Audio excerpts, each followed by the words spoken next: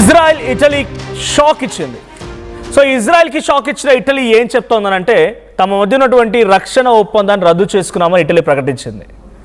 Middle ఈస్ట్లో యుద్ధం సంబంధించినటువంటి సంఘటన మీకు తెలిసిందే. యుద్ధ వాతావరణం ఎలా కొనసాగుతుందో తెలిసిందే.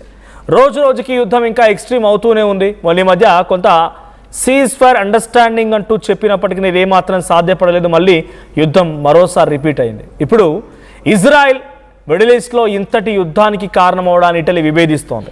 పశ్చిమాసియా ఉద్రిక్తతలకు సంబంధించిన విషయం పైన ఇప్పుడు ఇటలీ విభేదిస్తూ యుద్ధాన్ని మొదటి నుంచి వ్యతిరేకిస్తోంది ఇటలీ ప్రధాని జార్జియా మెలోనీ. అయితే యుద్ధంలో సామాన్యులు చిన్నారులు ప్రాణాలు కోల్పోతున్నారని ఆవేదన కూడా వ్యక్తం చేసింది. ట్రంప్ తీసుకున్న నిర్ణయాలని బహిరంగంగానే వ్యతిరేకిస్తోంది మెలోనీ. ఇరాన్పై యుద్ధానికి ట్రంప్ సాయం కోరడం పైన విమర్శలు వెల్లవక్కాయి. ఇక అమెరికా ఇజ్రాయెల్ తప్ప ఏ దేశము యుద్ధాన్ని కోరుకోలేదని చెప్తోంది ఇటలీ. పోప్పై ట్రంప్ చేసిన వ్యాఖ్యల్ని కూడా మెలోనీ తప్పుబట్టారు. ఇటు యుద్ధం విషయంలో అమెరికాను తప్పుబడుతున్నారు ప్రపంచ దేశాలన్నీ కూడా. సో ఇప్పుడు ఈ అగ్రిమెంట్ బ్రేక్కి గల కారణం ఏంటి? అగ్రిమెంట్లో ఏముందనంటే జనరల్లీ రీసెంట్ డేస్లో మనం చెప్పుకున్న మాటలో Saudi and Pakistan agreement mutual understanding. ఏ ఒక్క దేశం పైన అటాక్ జరిగినా రెండు దేశాలపై అటాక్ జరిగినట్టుగా భావించాలి. మిలిటరీ ఎక్స్చేంజ్ ఉండాలి, వార్ ఎక్స్చేంజ్ ఉండాలి, వార్ వెపన్ ఎక్స్చేంజ్ ఉండాలి, టెక్నాలజీ ఎక్స్చేంజ్ ఉండాలి. దేశానికి సంబంధించిన రక్షణ విషయంలో కూడా ఆ సీక్రెట్స్ని, రక్షణ రహస్యాలను కూడా షేర్ చేసుకునే విధంగా ఉండాలి. ఎటువంటి ఒప్పందం కుదుర్చుకున్న ఇజ్రాయెల్ ఇటలీ ఇప్పుడు దాన్ని బ్రేక్ చేసుకున్నాయి. 2003లో ఒప్పందం కుదిరింది, 2005 నుంచి అమల్లోకి వస్తుంది. ప్రతి 5 yearsకి ఒకసారి ఇది రిపీట్ అవుతూ ఉంటుంది, రెన్యూల్ అవుతూ ఉంటుంది. కానీ ఇప్పుడు మెలోనీ తీసుకున్న నిర్ణయం ఏంటంటే నెక్స్ట్ సారి రెన్యూల్ అవ్వకూడదు, దాన్ని బ్రేక్ చేసుకుంటున్నామని చెప్పి చాలా సంచలనమైన డిసిషన్ తీసుకున్నారు. కారణం ఏంటంటే ప్రధానంగా 3 reasons ఉన్నాయి. ఒకటి, లెబనాన్పై ఇజ్రాయెల్ చేస్తున్న దాడి. లెబనాన్పై ఇజ్రాయెల్ చేస్తున్న దాడి కోసం ఐక్యరాజ్య సమితి దళాలు అక్కడ ఉన్నాయి. లెబనాన్లో శాంతి కోసం, శాంతి నెలకొల్పడం కోసం యూనిఫిల్ అంటే ఐక్యరాజ్య సమితికి సంబంధించినటువంటి దళాలు అక్కడ ఉన్నాయి. ఆ దళాల్లో ఇటలీ కూడా తమ సైన్యాన్ని అక్కడ ఉంచింది. అయితే రీసెంట్గా ఆ సైన్యం పైన, ఆ దళాల పైన శాంతి నెలకొల్పే ప్రయత్నం చేస్తున్నటువంటి ఆ ఆర్మీ పైన ఇజ్రాయెల్ అటాక్ చేసింది. అయితే ఆ ఇజ్రాయెల్ చేసిన అటాక్లో ఇటలీకి సంబంధించినటువంటి సభ్యులు కూడా ఉన్నారు. అక్కడ వాళ్ళు రక్షణ కల్పిస్తున్నారు. సో వారిపై అటాక్ కూడా జరిగింది. కాబట్టి దీన్ని చాలా సీరియస్ తీసుకుంది ఇటలీ. ఆ తర్వాత సామాన్యుల మరణం. హమాస్, హెజ్బొల్లా, హౌతీ, లెబనాన్, సిరియాలో మీకు వ్యతిరేకంగా ఉన్న మిలిటెంట్స్పై అటాక్ చేయడంలో తప్పే లేదు. కానీ ఈ అటాక్లో చాలామంది కూడా సామాన్యులు చనిపోతున్నారు, చాలామంది సామాన్యుల మరణానికి కారణమవుతున్నారు. కాబట్టి ఈ మరణానికి సంబంధించిన విషయం, మీకు మరణానికి సంబంధించిన విషయం ఇవన్నీ కూడా సీరియస్ తీసుకున్న మెలోనీ, జార్జియా మెలోనీ ఇప్పుడు ఏం చెప్తారంటే సామాన్య పౌరుల యొక్క మరణానికి కారణమైనటువంటి ఇజ్రాయెల్తో మేము ఒప్పందాన్ని కుదుర్చుకోలేము, ఒప్పందాన్ని కంటిన్యూ చేయలేమని చెప్తోంది.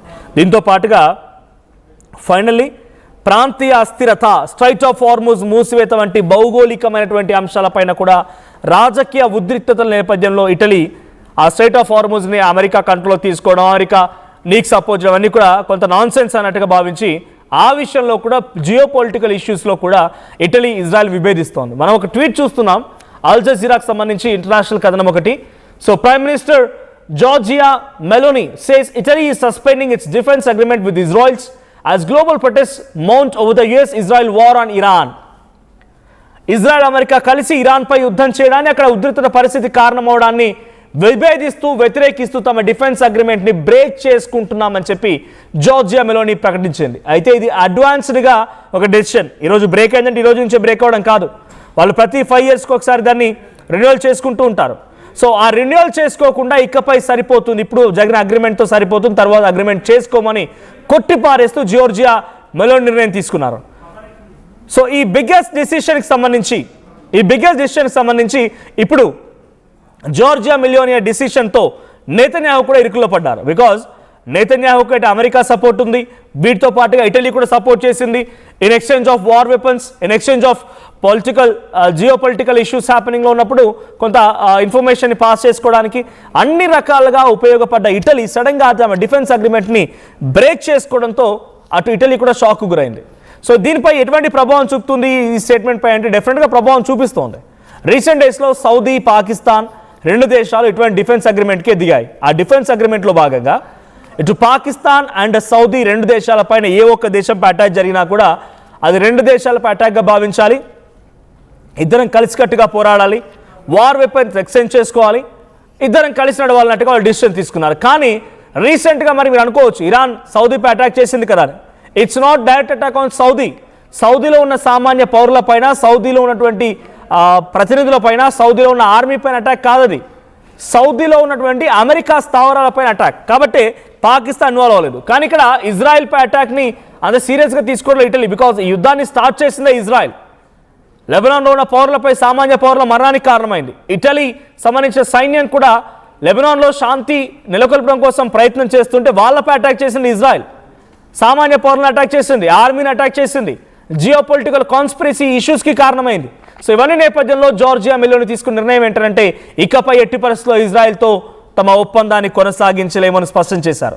సో ఈ స్టేట్మెంట్తో నెతన్యాహు కూడా ఒక రకంగా షాక్ గురయ్యారు.